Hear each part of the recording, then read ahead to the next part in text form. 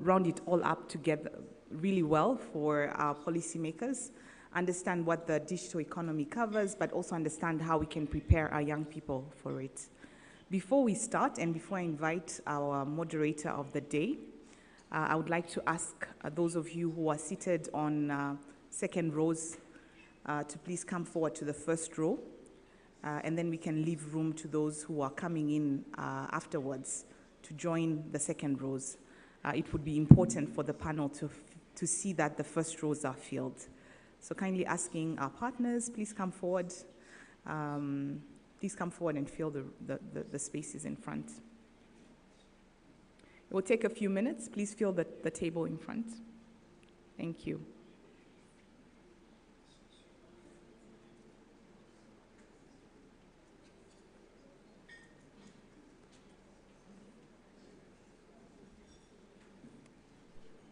Thank you.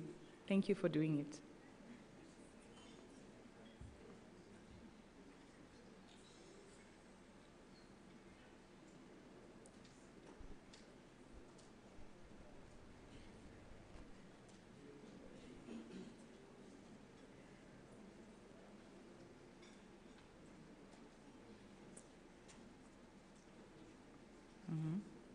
I still see a few spots in the front open, and we have a table that's going to be cleared shortly, so please come to the front. Thank you. And as you make your way to the different seats, I'd like to advise you on the program of the day. As we are running this roundtable, policy roundtable in Pavilion 2, we have a session, a plenary that will be running in the main auditorium on leapfrogging into the digital economy. That will run from about 10:15 to 11:15, following which we will have a session on reimagining Africa's creative and culture and creative industry, as well as the sports economy. After that, we will have a lunch break, and then we resume our plenary for the closing around 2 p.m. So we invite you to consider joining the different panels as well. We also are featuring a masterclass from the African Union on mobilization, conversations, advocacy, and partnerships. That one is particularly for young people, young leaders, to help them be prepared for policy engagement. We also have a very interesting session being led by one of our partners, Rwanda We Want, on Rwanda's journey of healing and particularly addressing community and youth-led solutions for mental health in the case of Rwanda, which is a post-conflict society. Now, I have the distinct pleasure of welcoming a very esteemed partner, Mr. Leonard Mungarurire, who will be the moderator of our session. Leonard, you're welcome.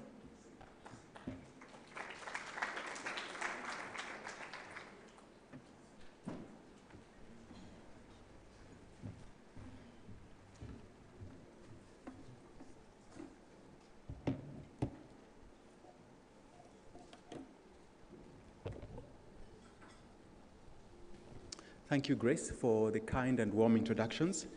Hello, everyone. Good morning. Hamjambo. Bonjour. I hope you're all doing well. My name is Leonard Mungarurire, and I'm an associate partner with Dalberg Advisors, and I'm honored to be your moderator for this session. This session speaks to the theme of this year's summit, which is accelerating investments in youth. Resilient youth, resilient Africa.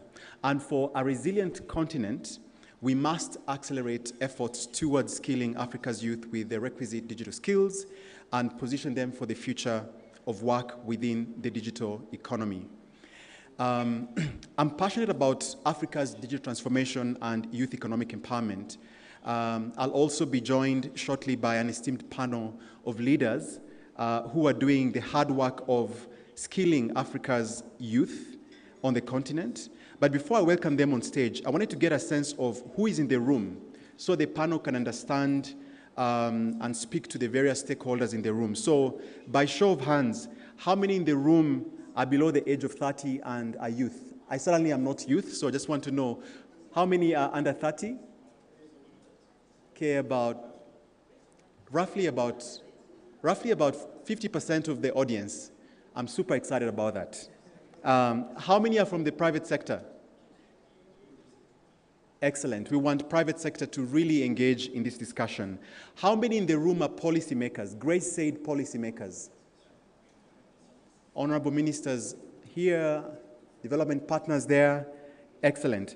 And how many here are doing any kind of work in the digital economy space? Almost everyone, which explains why you're all here. We all live in an increasingly interconnected world where the digital and other emerging technologies have become an essential part of our everyday lives. How we work, think about the meetings you conduct on Teams and Zoom, how we learn, how your children learn, using edtech platforms, using Google and so on and so forth, how we shop, think about Vuba Vuba for those who live in Rwanda or Jumia on the continent, and healthcare. And so, as we think about digital skills, Grace and the organizers asked me to sort of set the framing remarks for a digital economy on the continent before we dive deep into what is required to skill Africa's youth on the continent. And as you all are aware, I'm going to ask my colleagues over there to project. I have a few slides just to show a few framing remarks before I invite the panel here. And so the digital economy, as we know it, has enabled business models across sectors, including e-commerce, sharing economy, agtech, edtech. And in the recent past, we've seen fantastic innovations on the continent, driven by African youth, some of whom are here in the room. And, you know, these include DigiFarm, M-Copa, M-Farmer. And as a result, there's been a lot of disruption and new business models emerging. Now, what you're seeing here is really a few trends that have shaped Africa's or global digital economy in the recent past and digital transformation in the recent past. A number of trends, including global regional events like COVID. COVID changed the way we live, the way we work, the way we engage, the way we shop, and so on and so forth. We have a growing mobile economy, a growing digital economy on the continent. Many African governments are increasingly investing in digital economy policies, are investing in edtech, are investing in health tech. Many more of Africa's population is connected to mobile telephony, connected to smartphones, connected to the internet, a lot of investments in broadband infrastructure. And as a result, we're seeing the new business models in the digital economy that I alluded to. And then we also, unfortunately, have to deal with an ever-increasing divide between those who are connected and those who are not connected. Some of the panelists in this room are going to speak to what can be done to bridge that divide. Next slide, please. So to understand the digital economy, I think it's important to look at the digital economy using this simple framework. At the bottom, you have what we call a core digital infrastructure, the broadband, the fiber, the connectivity required to power a digital economy. Above it, you have an enabling layer, which includes payment systems, ID systems. In a few African countries, there is a transition to digital IDs to facilitate payments, to facilitate interoperability, and so on and so forth. These are the platforms that connect the infrastructure to mobile apps and services. And then above that, you have the applications and services, the applications that we use in our day-to-day lives. And then in the ecosystem, you also have the enablers. And this is where we have elements like digital skills, which we're going to talk about, from basic to intermediary to advanced digital skills, policy frameworks. The policy leaders here are going to maybe share a few reflections on what new policies are required to unlock the potential for Africa's digital economy, and most importantly, digital innovation and entrepreneurship. So as we think about digital skills, it's important to think about the larger ecosystem and the framework within which a digital economy should operate. Next slide, please. So with that,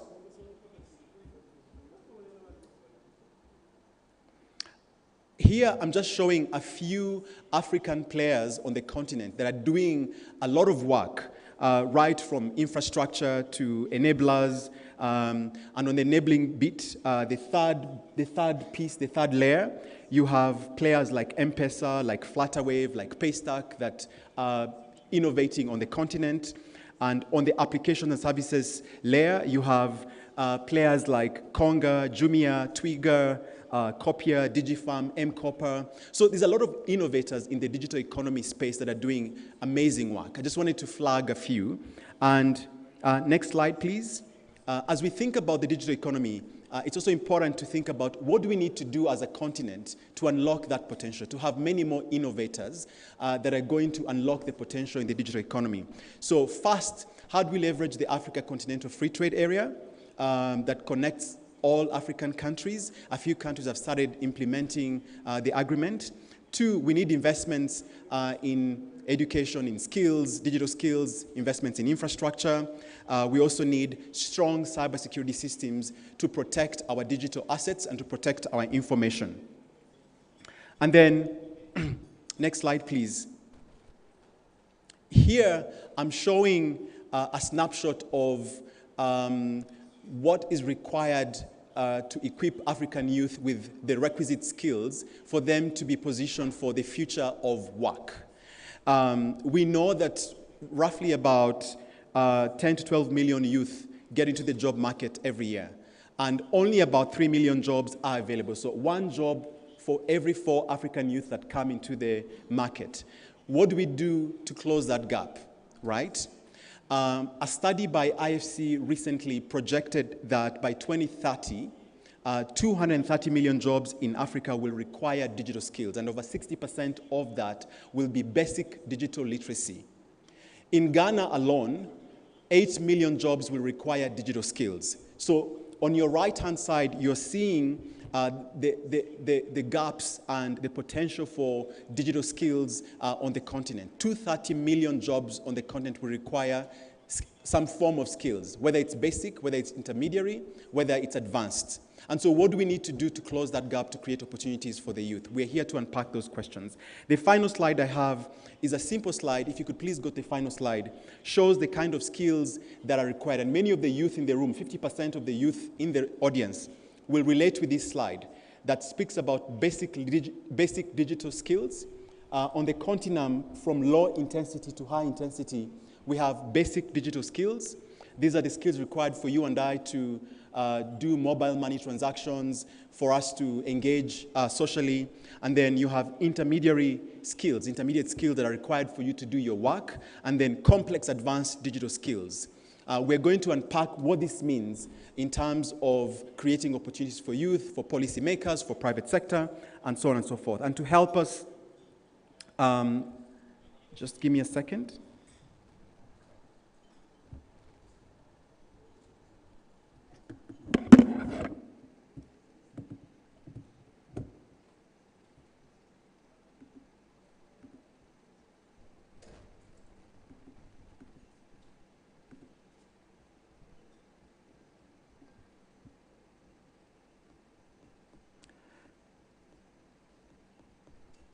So to help us unpack this further, please allow me to invite this esteemed panel, which will provide a few perspectives on how to position African youth, both women and men, girls, for this future of work.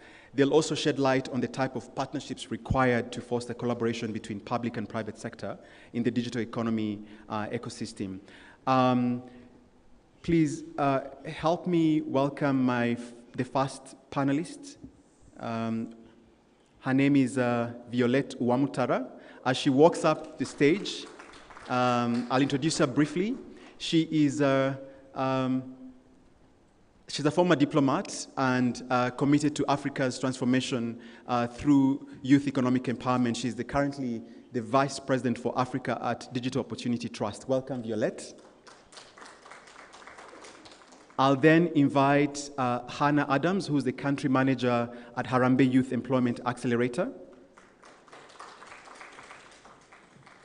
Thank you, Hannah. Joining them is Aphrodis Mutangana, who is the Director of Partnerships at Digital Africa. He's also, for many of you who know K-Lab and Fab Lab, he's a former manager of K-Lab in Rwanda. Thank you, Aphrodis. I'll also invite Kumud Chandra, who's the head of programming for Catholic Relief Services in Rwanda. Welcome, Kumud. Last but not least is Calvin Raul Nangue, who is the strategic advisor ICT skills at Smart Africa. Welcome.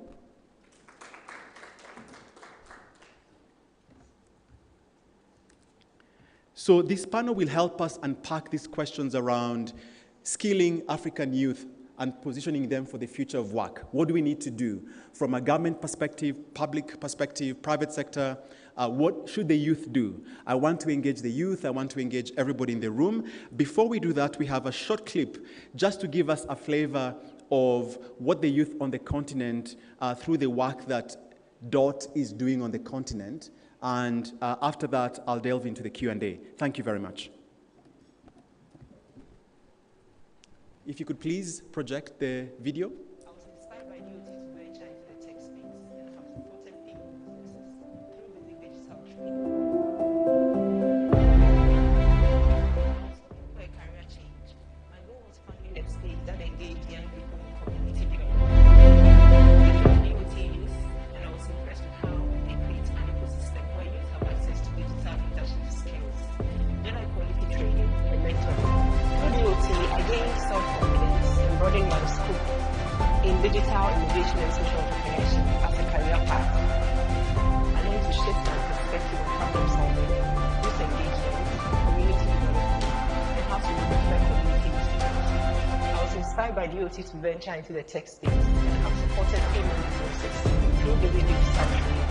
I co-founded Mila, a business solution application. Mila is an integrated system, web platform for efficient business management. Because DOT places young women and men at the center of inclusive community development, I have been able to reimagine my career and how I can support young people in innovative and digitally driven business solutions in Africa. Thank you, DOT, for inspiring me to be a leader of change in my community.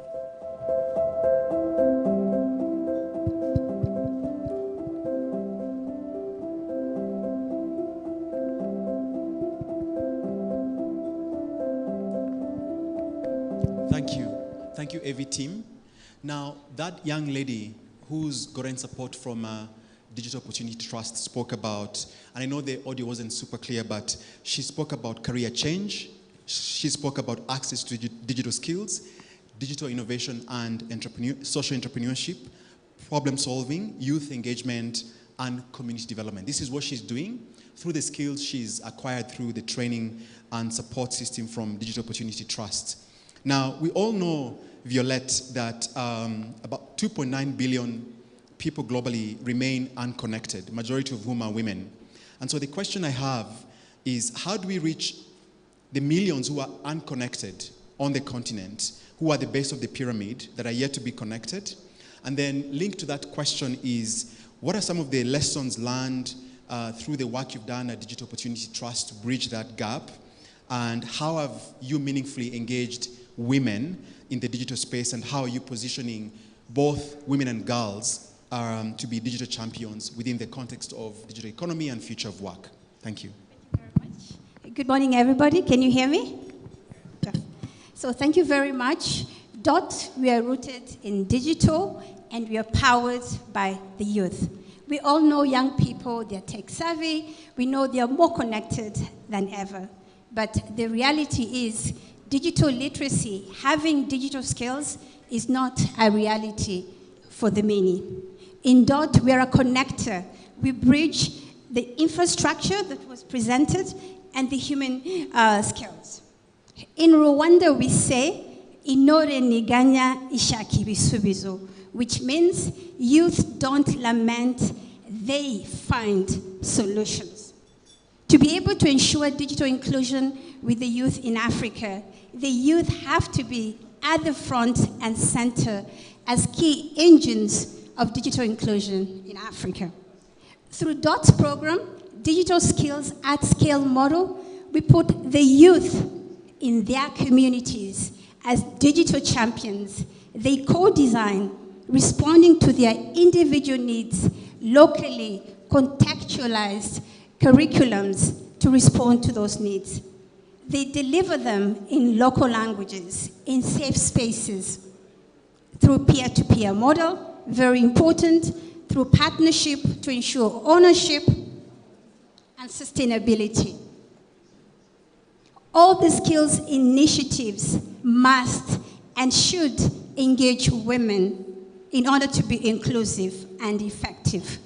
Very important, we must intentionally, deliberately have young women, young girls as leaders, as champions, as role models, as collaborators.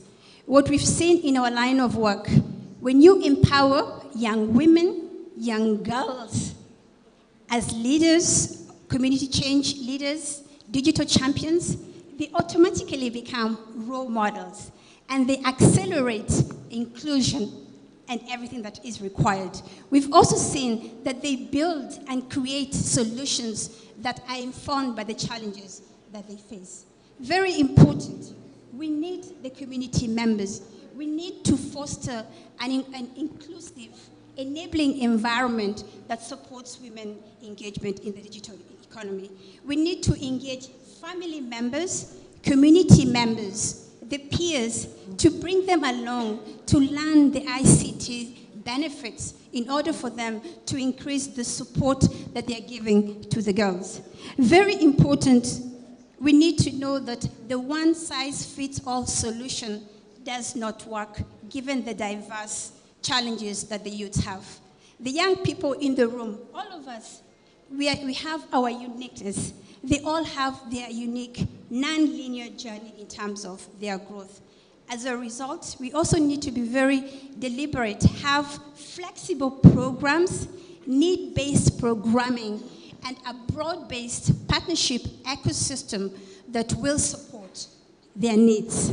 Youth voices matters, meaning engagement and participation matters.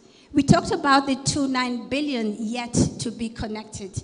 We have to be deliberate in co-designing with the digitally excluded young people. We're talking about the people with disabilities. We're talking about young women. We're talking about those in the rural areas. We're talking about those in the underserved location. So very important. We saw the different skills that have to be achieved, but the reality is we need to go beyond those digital skills. They need to be accompanied by the 21st century skills or the human skills. We need critical thinking, we need innovation thinking, we need leadership, we need innovators. We need to cultivate empathy, sensitivity. This will enable the technology to be used in a more inclusive and effective manner. And very important, unique human skills will not be overtaken by machines. Thank you. Very, very powerful. And I think the last remarks that Violet made, one size doesn't fit, it doesn't work. What works in Zimbabwe may not work in Sudan, may not work in Egypt and Tunisia, and therefore a need to design flexible need-based programs. And most importantly, as we think about digital skills, we need relevant 21st century skills. As we speak about the fourth industrial revolution, what other additional skills beyond digital skills must we foster? Human-centered type skills. We need empathy. And this is a good segue to the work that Harambee Youth Employment Accelerator does, which is an accelerator that helps link skills to jobs. They do a lot of work on the continent. And I thought that this was a good segue to the work that you do, Hannah, as you think about the work that Harambee does with regards to skilling for a digital economy. How have you gone about that practically? And can you share one or two examples on the continent? Thank you. Sure. Thank you, Leonard, and thanks everyone for spending your Saturday morning with us. As Leonard mentioned, Harambee Youth Employment Accelerate works on bridging the skills gap between young people and the jobs on the market. And our entire focus is being demand-led, which means coordinating very closely with the private sector and employers to ensure that we're skilling young people with the skills that are in demand on the market. In terms of digital economy, one of the things that we've learned, which Violette also touched on, is that you cannot just skill for digital skills and expect a young person to thrive in this new world of work and this new economy. One of the sectors that we've spent a lot of time working in is the global business services sector, which includes any job that's digitally enabled where a young person does the job in Rwanda, but they may support or work for a client in the US, in Europe, in Asia, or somewhere else in Africa. And two key additional skill sets have come out of that work that we've identified as being necessary in addition to the digital skills. The first is a really high level of spoken English. So more and more, as we all know, these jobs involve working outside of your country or local context, or working with clients or customers internationally, and being able to clearly communicate and work with your colleagues or with your customers in English is really key.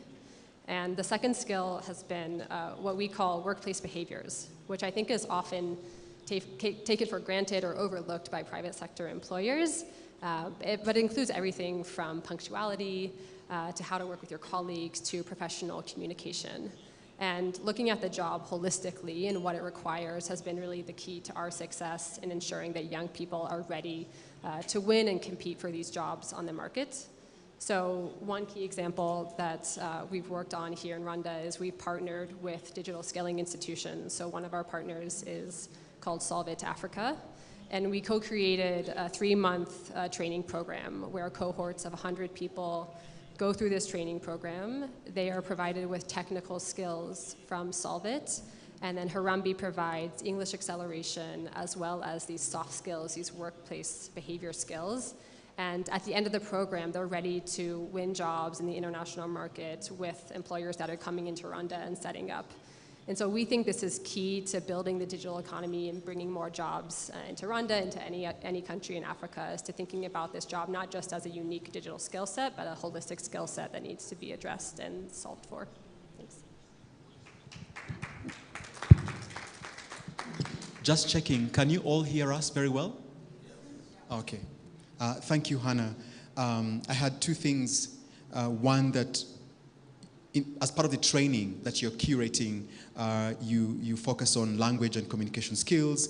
You also focus on other critical skills that are important for the workplace, including punctuality, including professionalism. And as you co-create these programs, you integrate other skills to build a digital economy. And I think it's a theme that I had Violette allude to. It's a theme that I've had you mention, and a good segue again to Catholic Relief Service. As I come to you, Kumud, I think I'd like to hear about the work that Catholic Relief Services is doing, given the digital divide that Violette spoke about earlier and the divide on the continent.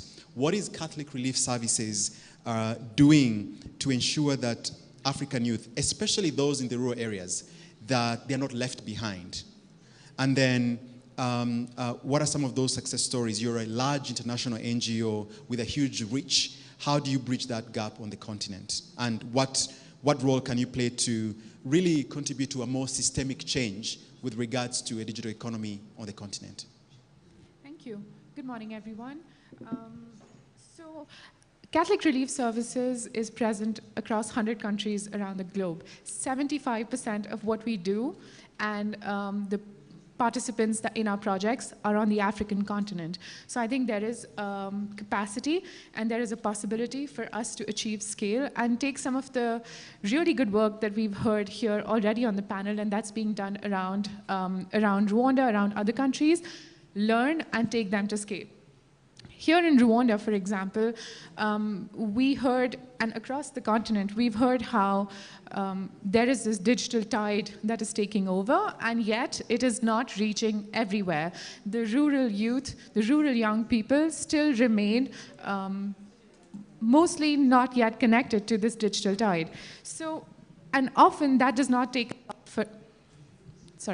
often that it does not take a lot for us to connect them to it. So what is CRS trying to do? So one, it's to make sure that they have access to some of the initiatives and the information that is already out there in the ecosystem. It's just not reaching the young people. Sometimes it's about making sure they have that information. That information does not get to them because they don't have access to smart devices, but other times it's because they don't speak English or they don't speak French. So making sure that information is at their fingertips, it's at their doorsteps in languages that they understand. And then where initiatives and opportunities don't yet exist for those rural young people, creating them and modifying them so that they fit the very specific needs of rural young people that we're targeting. And that cannot happen without us first understanding what those specific needs are. So at CRS, we understand what their specific needs are. We design, we create solutions with young people at the forefront and the center of what we do. And we make sure that the solutions that we're putting together work for them. This is not just through digital. We do this across our initiatives, whether it's nutrition, whether it's WASH, whether it's food security. So it's a way of doing things, and we think that there is value in bringing the same methodology to digital entrepreneurship, to digital employment, to digital upskilling on the continent. And then the other thing that we heard of was skills and support. And so I think another piece that CRS is already doing here in Rwanda and other parts of the world is providing entrepreneurship, but also jobs, but also daily life skills for young people, how to be at a job interview, how to write a CV, just very basic skills that are not yet reaching young people in rural contexts. And so from a digital perspective, we're planning to roll out an initiative called Youth for Youth, where young people are creating digital solutions for other young people, particularly rural young entrepreneurs in Rwanda. And we realize that digital solutions are the future, but they're not yet the present for a lot of the young people that we are targeting. And so those digital solutions will be coupled and complemented by in-person solutions using existing, we don't want to create anything new. And there's lots of good work already being done. There's the digital ambassadors that we can leverage. There are private service providers who provide business development services that CRS has created that can be leveraged as well. So this model of complementing digital and non-digital support for rural young entrepreneurs while working at the bottom of the pyramid that Leonard spoke about, the digital infrastructure piece. So participating and capitalizing this, these ecosystems to make sure some of the key pieces around smartphone or smart device access, around connectivity, around affordability of data can be worked upon, and bringing the right actors to the table. That is the tripartite model that we're trying to, that we're going to be rolling out in Rwanda. And in terms of scale, I mentioned how we're present in over 100 countries.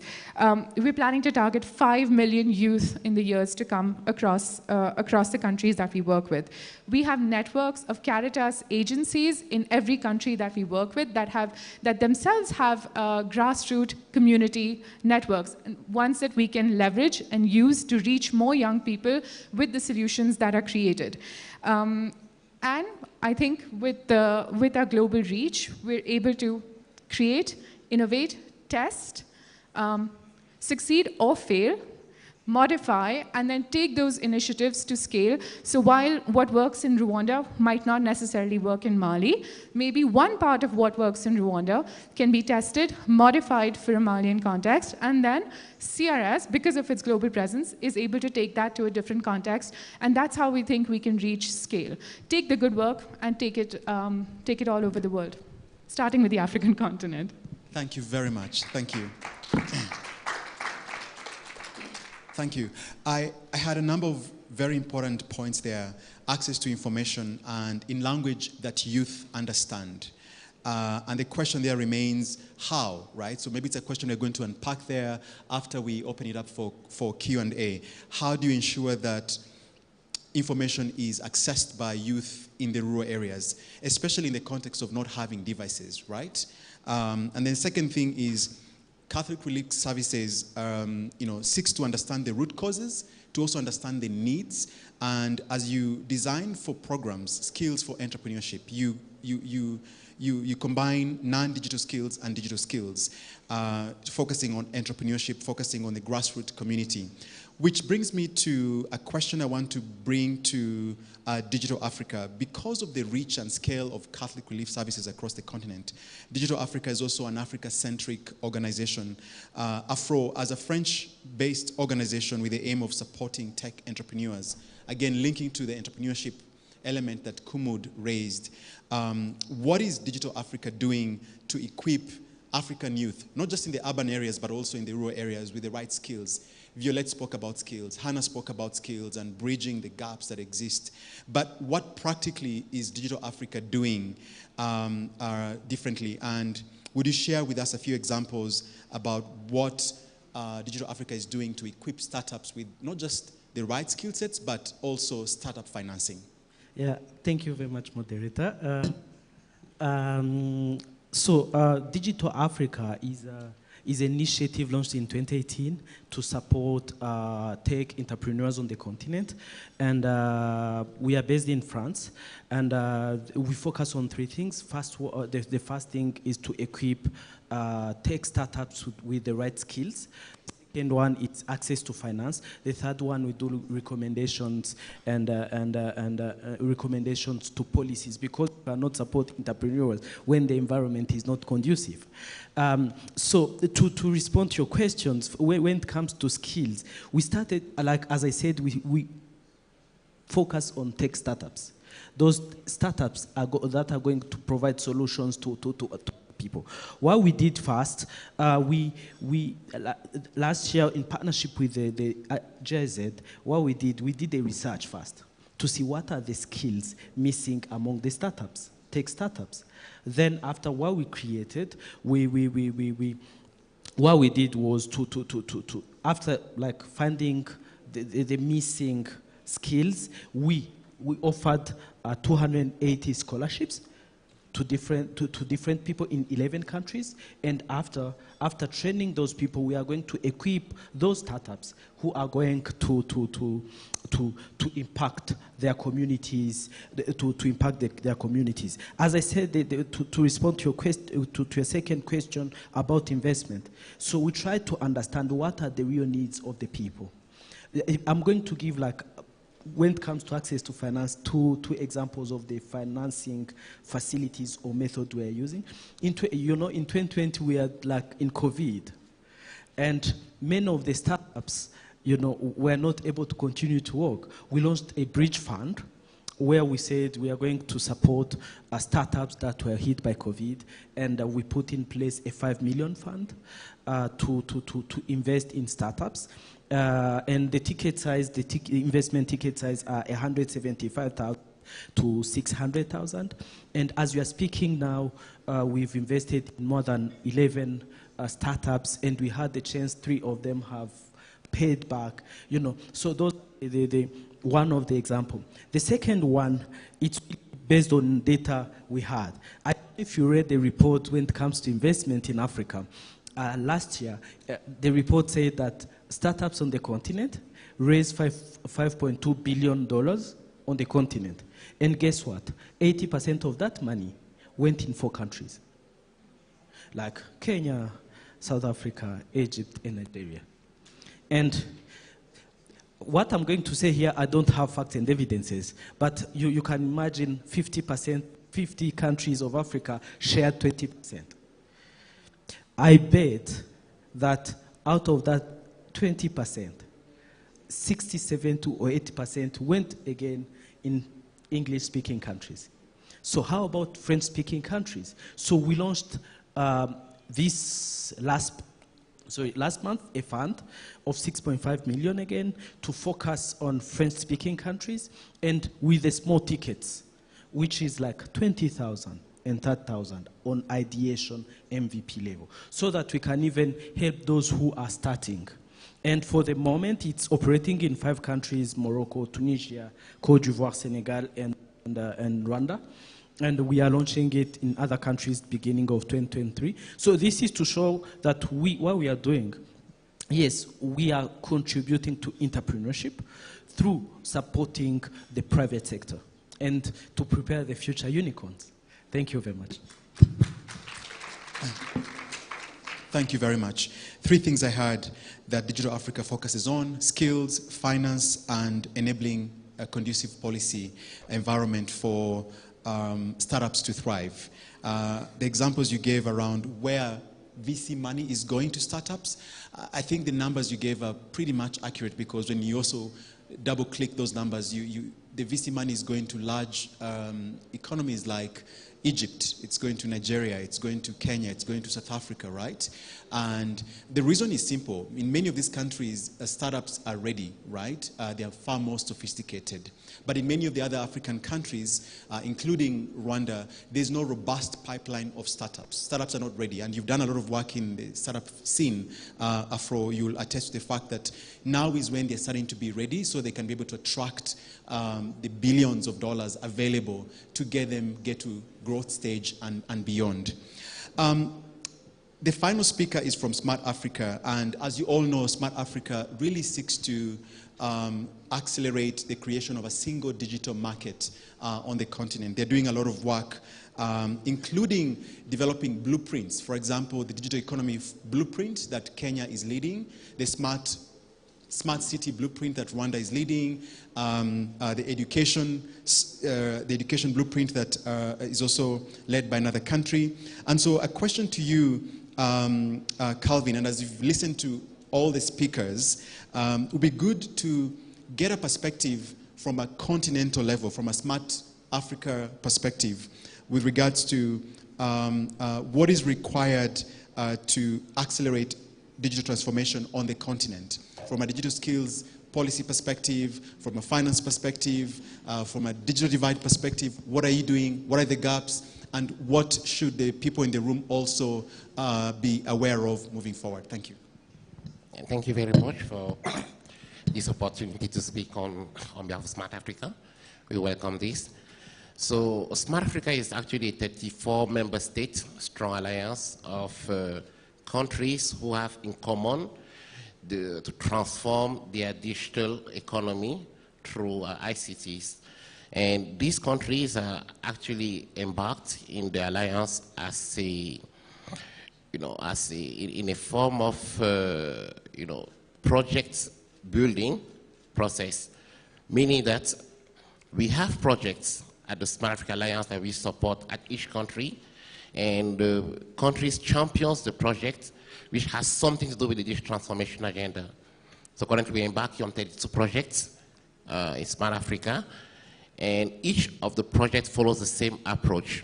First, we move from a concept note, then we get to the blueprint development, and we go into the piloting, and finally the scaling at the continent phase. So one of these projects is the ICT in education and capacity blueprint we have developed. It was championed by the Republic of Burkina Faso, and it was carried out during the pandemic. You can imagine how challenging it was, but it was successfully done. So what does the blueprint do? It actually provides a benchmark of successful initiatives on the continent that actually transforming the educational system. Then it leverages on the challenges the country have had, and it groups them into 5 categories of countries. Now, each of these groups has countries facing the same challenge, or even having the same level of development in terms of ICT in education development. So after this blueprint, this study that was carried out, we formulated 26 recommendations for each of the clusters of countries.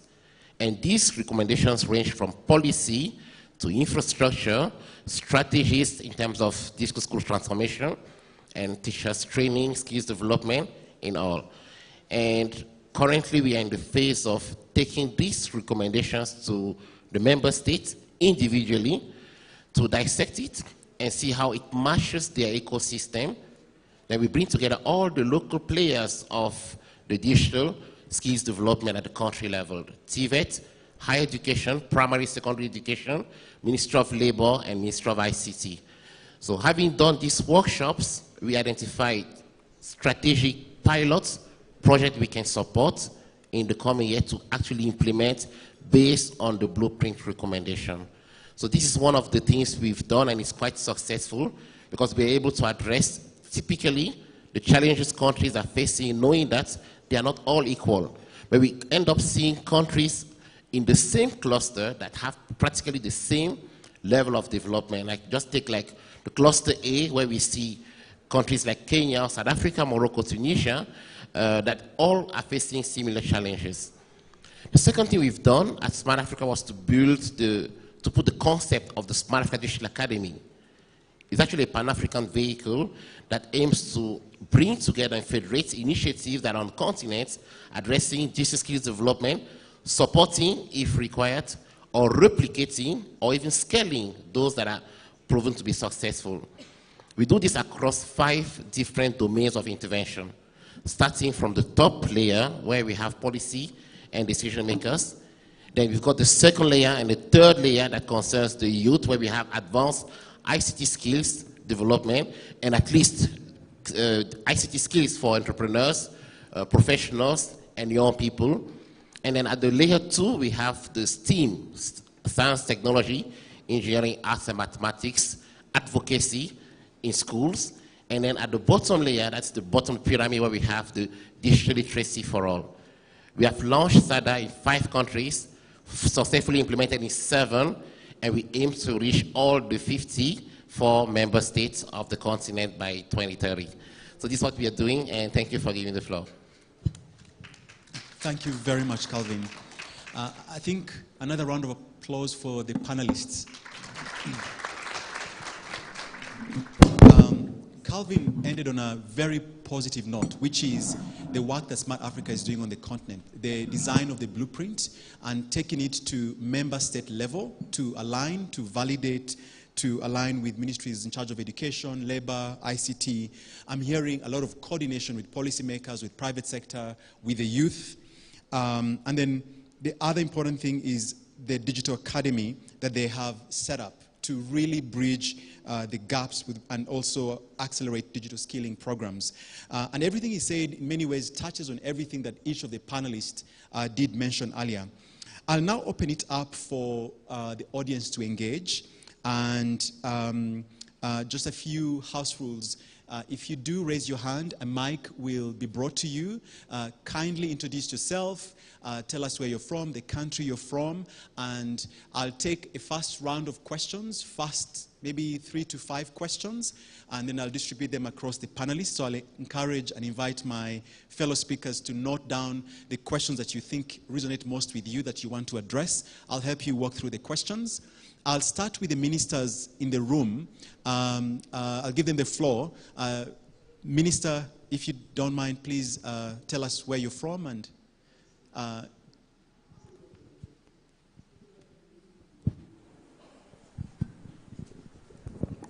thank you, moderator.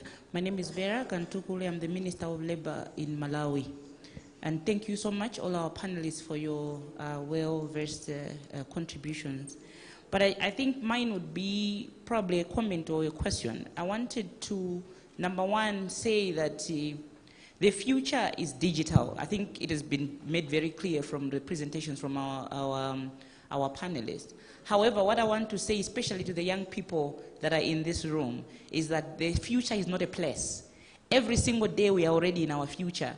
From yesterday, today to today, we are in our future already. So there's no bell that is going to be rung to say, now young people, you are in the future. Every single day that God in his infinite mercies has been so kind enough to have given you, you have entered into your future. So it matters therefore what we are doing now to ensure that we are leveraging on the tech space so that we can move our lives forward. Having said that, the first thing that I wanted to say was we need to demystify technology, ensuring that we're leaving no one behind. and that even those ones that never went to school should be able to access it. Connected to that is that we need to create mechanisms for upskilling and reskilling of young people to ensure that we are making them ready for jobs in the tech space. And what that means is that if you talk about, like Malawi, 76% of our population is under the age of 35. And a larger part of that, they have not been to school, or they are school dropouts. But how do we ensure that we are bringing them along? Which means, therefore, we have to also incorporate issues of informal skills development. So one of the questions that I wanted to ask was, how do we ensure that we are incorporating informal skills development within the space of technology, so that even the young people that have never been to school or that have dropped out of school but still need to be incorporated within these programs are incorporated accordingly? I think that's one of the things that I wanted to talk about. Thank you so much. Thank you very much, Honorable Minister from Malawi. Thank you so much for your reflections and questions. I'll take, if there's another minister, let me know, put up your hand and I'll bring the mic to you. Now, the youth that make up 50% of this audience. Minister said 60% of youth in her country. We all know that 60% of population on the continent is comprised of youth. So I'll start with the lady here and then the gentleman behind. If the mic can be brought to the lady here in front. Thank you.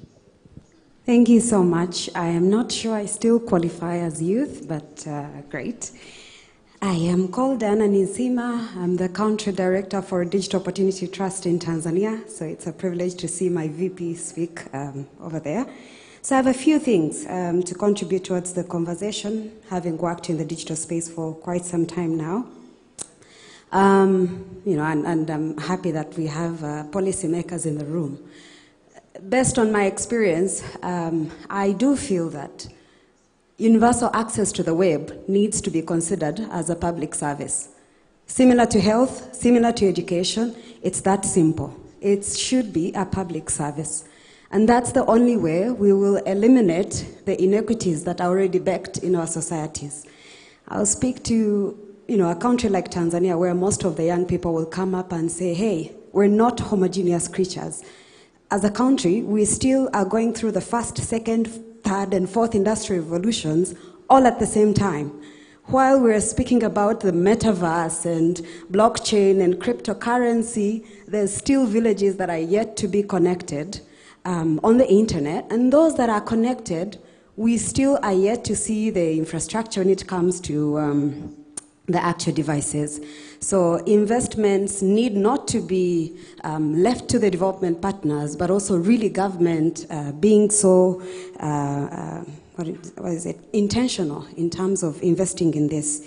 I'll also say that I've been privileged to have a look at many programs and strategies of development partners, and very few of them are yet have incorporated an element of digital. So you look at even post-COVID, the development partners' strategies are still leapfrogging to integrate ICT in them. Very pronounced development partners. So if we have large funding from the development partners, say investing in the agriculture space with young people, if we don't integrate ICT in that to speak about how do we accelerate agribusinesses through technology, then that investment is very old-fashioned pre-COVID. Post-COVID, we need to be looking into these things, meaningful investments that are looking into ICT. I will then take this to other partners. So we do speak about these when we meet in panels and plenaries, but I do feel that each country needs to be at the heart of creating communities of practice around digital. Now, these community of practice might include development partners, the government, the private sector, coming together periodically, every quarter, not when we are waiting for the Youth Connect Summit, to speak to best practices and what could be scaled. Where does DOT meet Vodacom, who is a broadband or internet provider, to reach out to a woman not connected in Kigoma? These are conversations we need to be having on a continuous basis. Now I'll take it back to the young people. So there's what we call the metacognition or self-guided learning. there's a lot of opportunities that are being offered already. But when I look at the young people's appetite to actually do self-guided learning, the skills we're talking about, there's many platforms that are also offering them for free. And even the youth that are literate enough to go online, the appetite is not there yet to do self-guided learning. So whether that's baked into how we were raised so that education is more directed by a new structure, this is something we need to look at. So finally, if our moderator say something, it's on the freelancing and so the opportunities in freelancing and the digital economy, which have led to this buzzword called the Great Resignation, where young people are very afraid of the rising costs of living as well as the high rates of unemployment, and they are resigning to entrepreneurship. So most of these young people are actually necessity-based entrepreneurs, not opportunity-based entrepreneurs. So there's something here that we need to be looking at. Now, I guess also, now, how do we create safe spaces for women online, which is also one of the biggest challenges. We're pushing this digital shift overnight, but yet young women still don't feel that they are safe online, so there's things that need to be worked on, whether it's also capacity to build their resilience to be online, or the investment in protection policies that actually are protecting these young women when they get to be online. Not just young women, even older women. Thank you. Thank you, Nisima. Gentleman behind.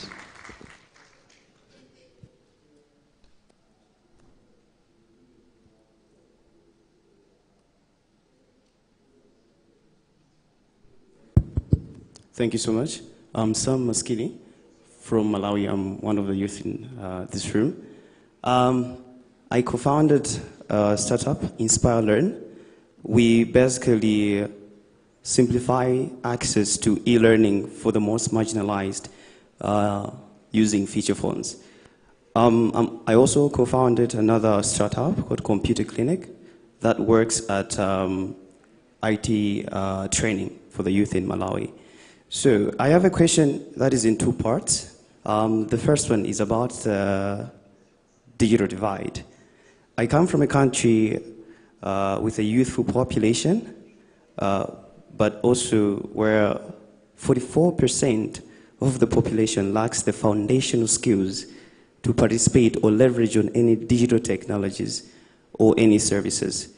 I would like to ask, what are some of the steps we could take to be ready for the next world crisis, learning from the one we're coming from, where over 420,000 secondary school learners were left without an alternative learning mechanism in the villages of Malawi? That's the first question. Then the last question I have is about the digital gender divide, where as we're in this room speaking, a lot of women, young girls, are not active in this space. What are some of the policies we can put in place for most African countries to empower, but also motivate women and the young ladies to take active roles in the digital era? Thank you. Thank you very much. Can I just pass on the mic to the lady on this table? I'll come back to you in the next round. Yes.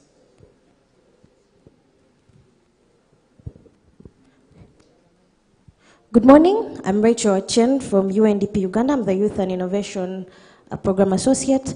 My question is around the digital skilling. Are our institutions ready to equip and churn out the relevant labor out there that meets the current changing market needs? A lot of our institutions, especially in Uganda where I come from, are still using curricula from as back as 20 years ago, and that's supposed to serve the current generation and the current digital trends, and no one finds that wrong in any way. We feel like we can still proceed and make a difference while maintaining this static curricula. As policymakers, institutional leaders here, what are we doing to create that change?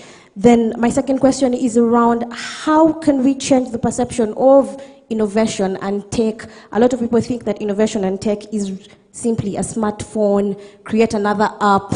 We have so many apps that people are not even using, and how are we as governments or institutions also enabling policy reviews around innovation, intellectual property rights for creators? There's a lot of gaps in there. I would really like our dear panelists to speak into those issues. Thank you so much. Thank you very much. There's a youth student at the back, a lady. Please tell us where you're from and your question.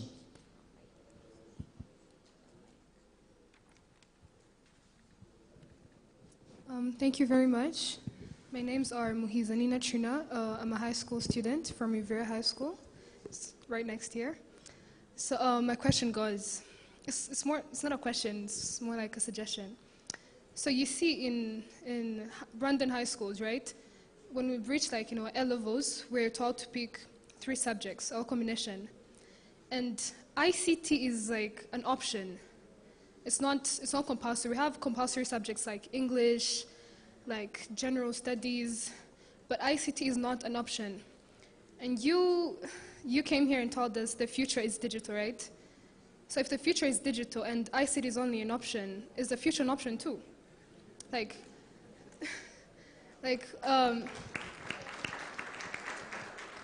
Most of us high schoolers, when we get the chance to like use our computers, personally, I want to be like, let me go see how Microsoft works. Let me go see how I do a presentation. I'm going to run to things like YouTube, Instagram, because I don't get that enough.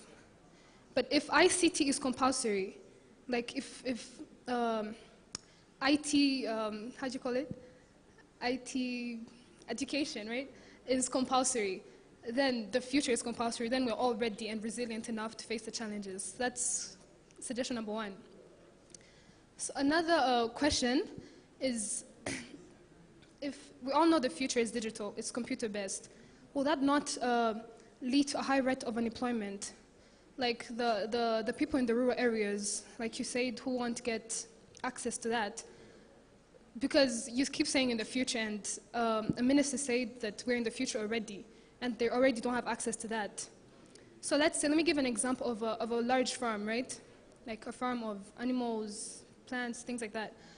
So if they bring those tractors, then the number of people who are supposed to be working there is going to reduce, meaning there are many unemployed people out on the streets, leading to a high crime rate. Because if you're not employed, you're idle, meaning you don't have anything else to do, so you result into crime, right? So what are you going to do to solve that unemployment rate?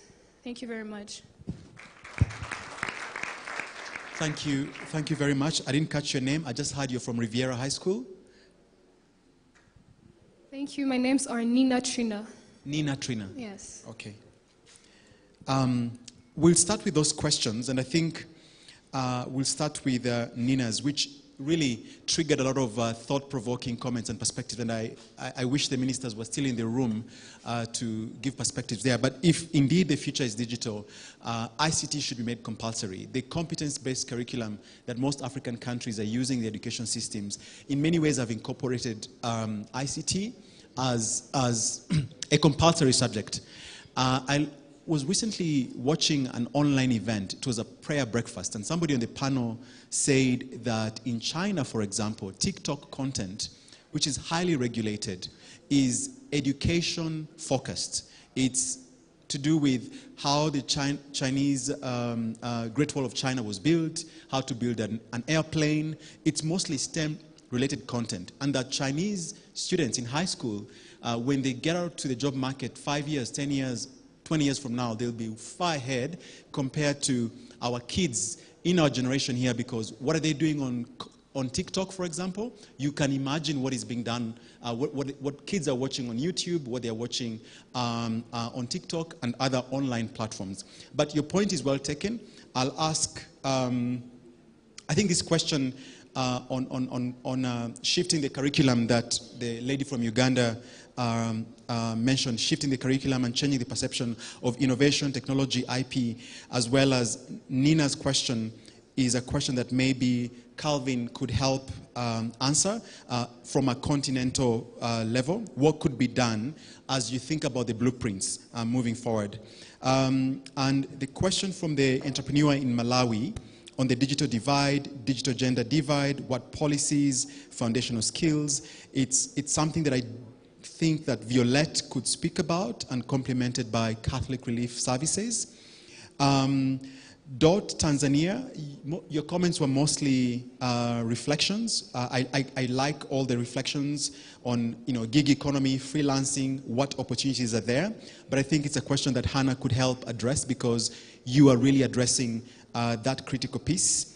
And then the Ministry of Labor Minister from Malawi spoke about the future of digital and demystifying technology, creating mechanisms for upskilling and reskilling. I'll invite Afro to speak about it. So I'll start with you, Calvin. Over to you. And as you maybe go through these questions, since we don't have time and you have to go to the other panels, I'll ask that you end with your parting shot. Thank you for this question. This is a very good one. And let me start with the question of why the curriculum is static. And I feel that COVID-19 came in as an eye-opener for most governments in Africa. Sorry about that. Okay. Because education transformation was a priority when we...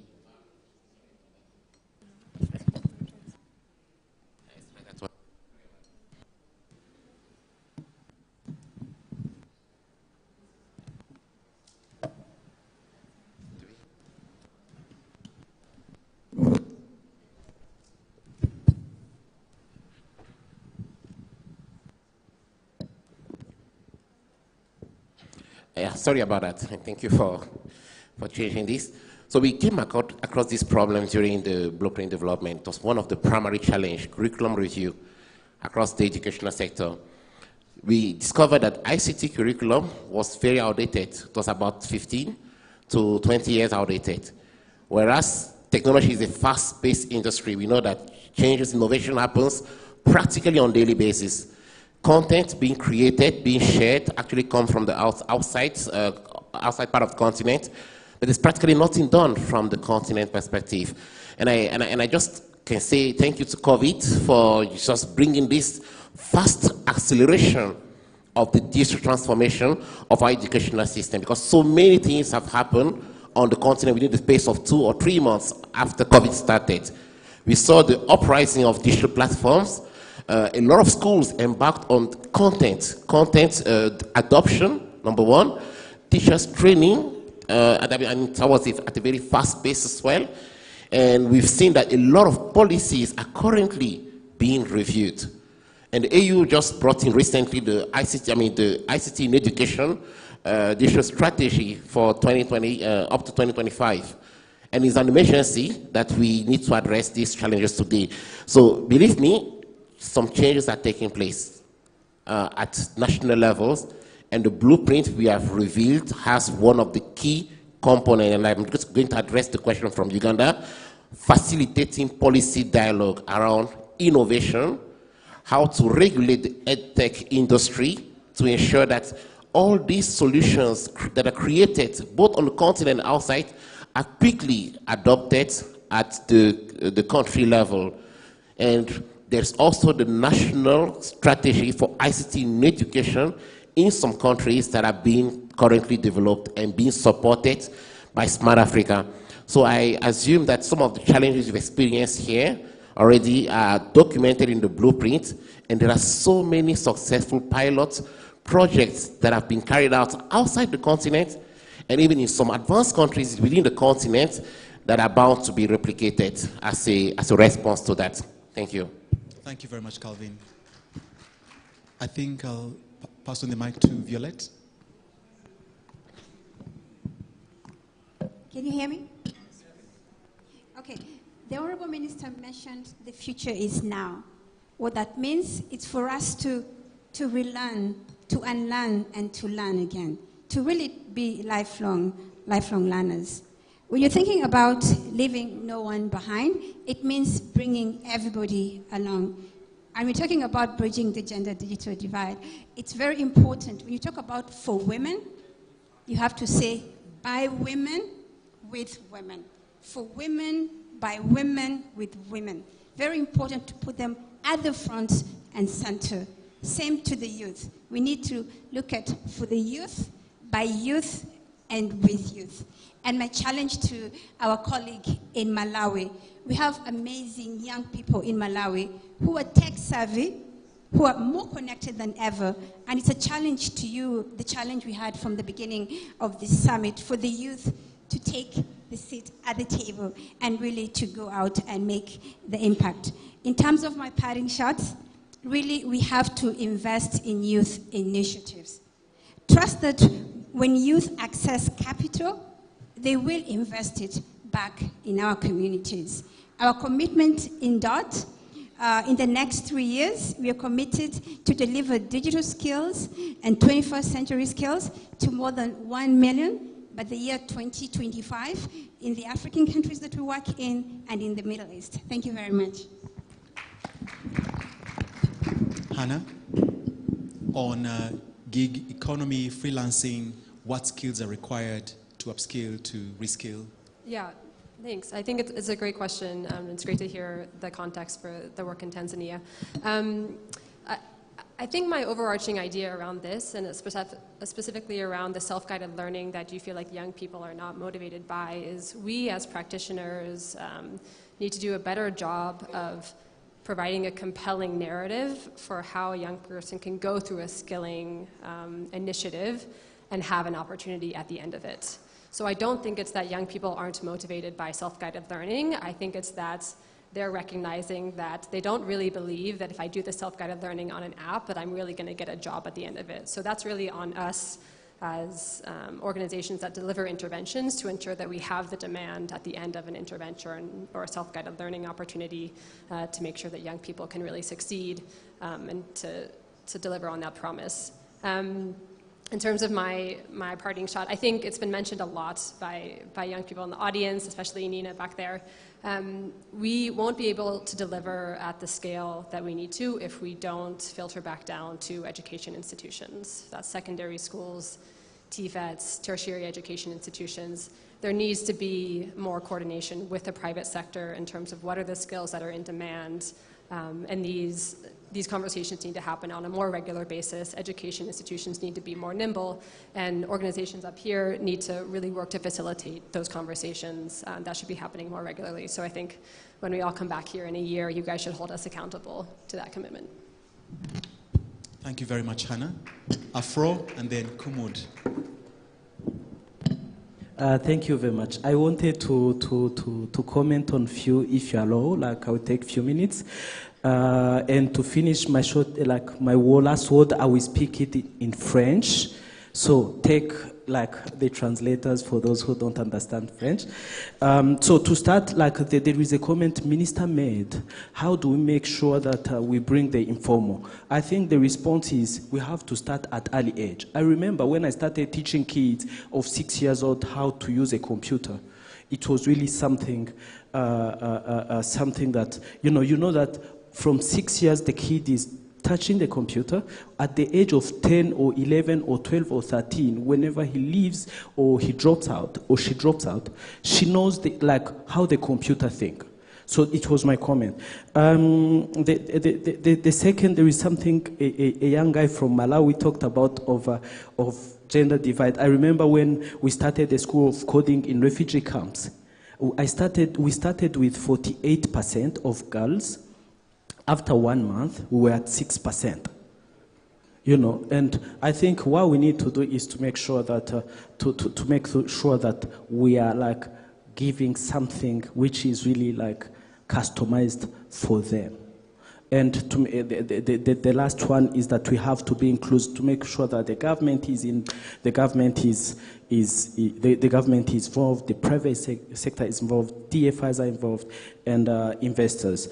So to finish, what I wanted to say, like the last word, it's a challenge for ourselves.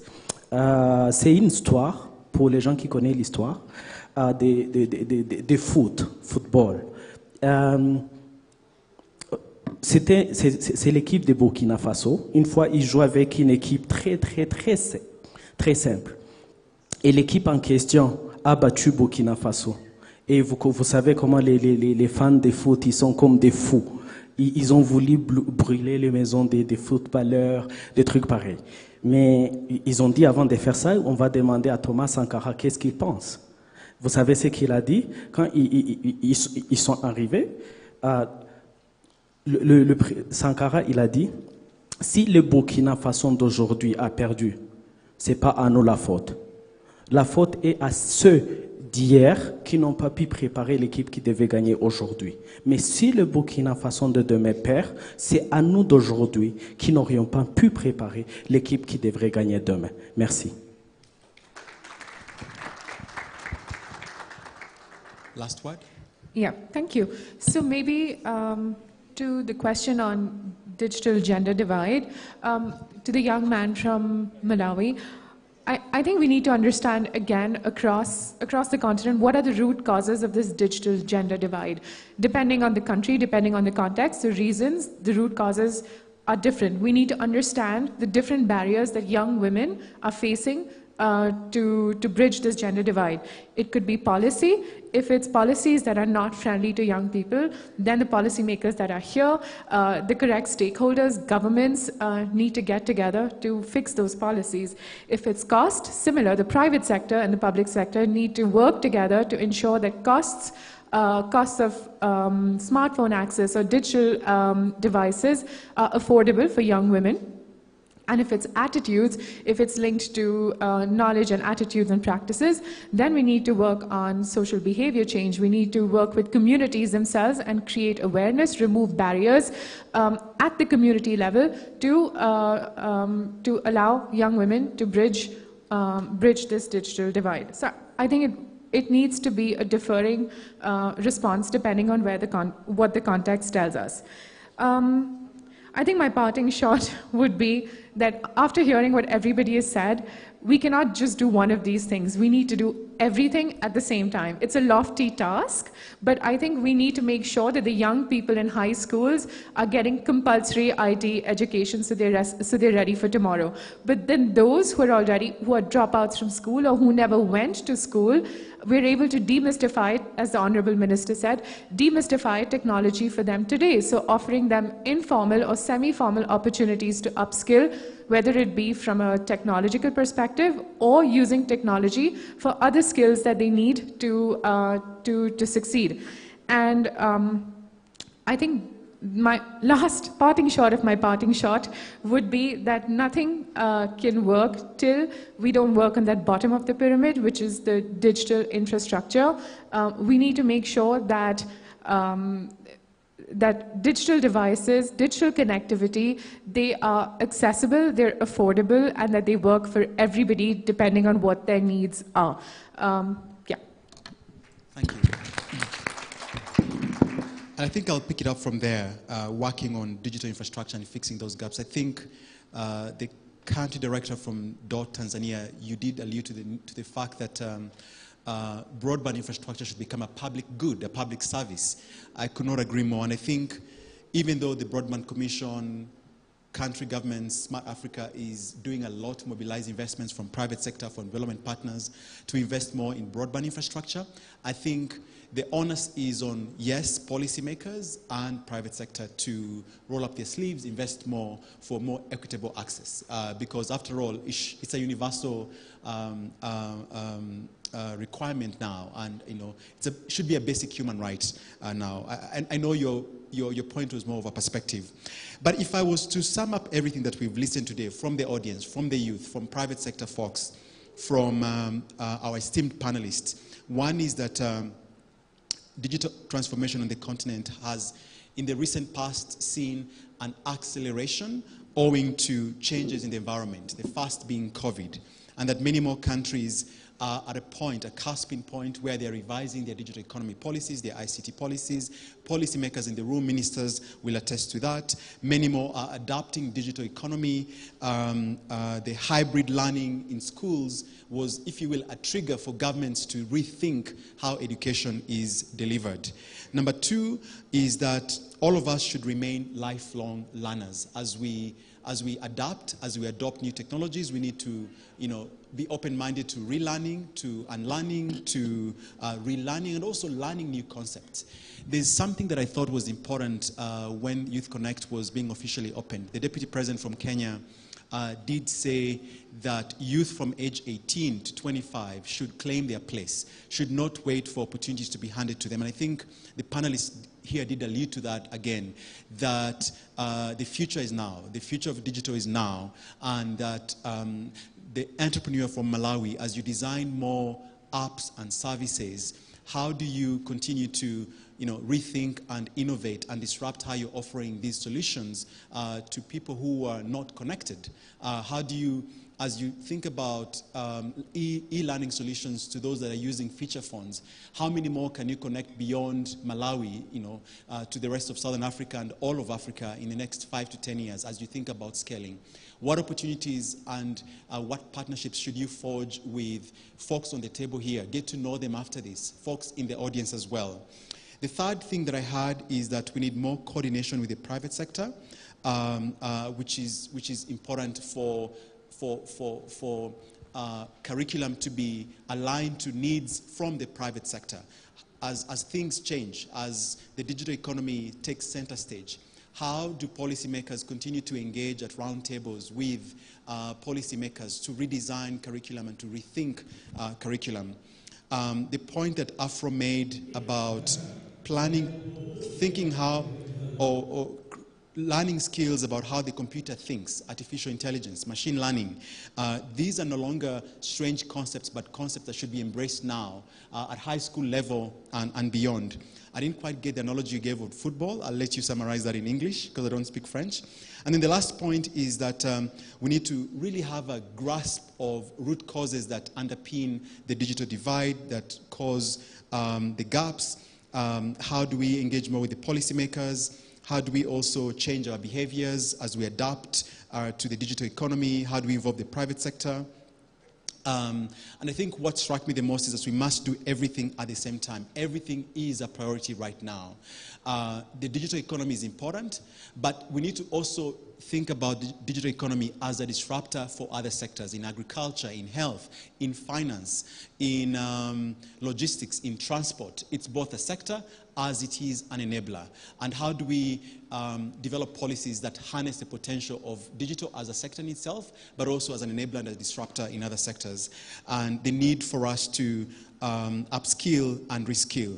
So I don't think I could really aptly summarize everything this esteemed panel discussed and what we also heard from the audience.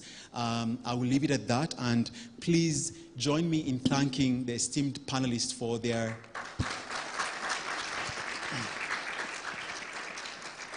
and thank you to the honorable ministers, thank you to Smart Africa, thank you to Youth Connect Africa, to the youth that are leading this event, to Grace and team, and to Cube that is managing this behind the scenes. We are grateful to you. Thank you. Have a rest of good morning.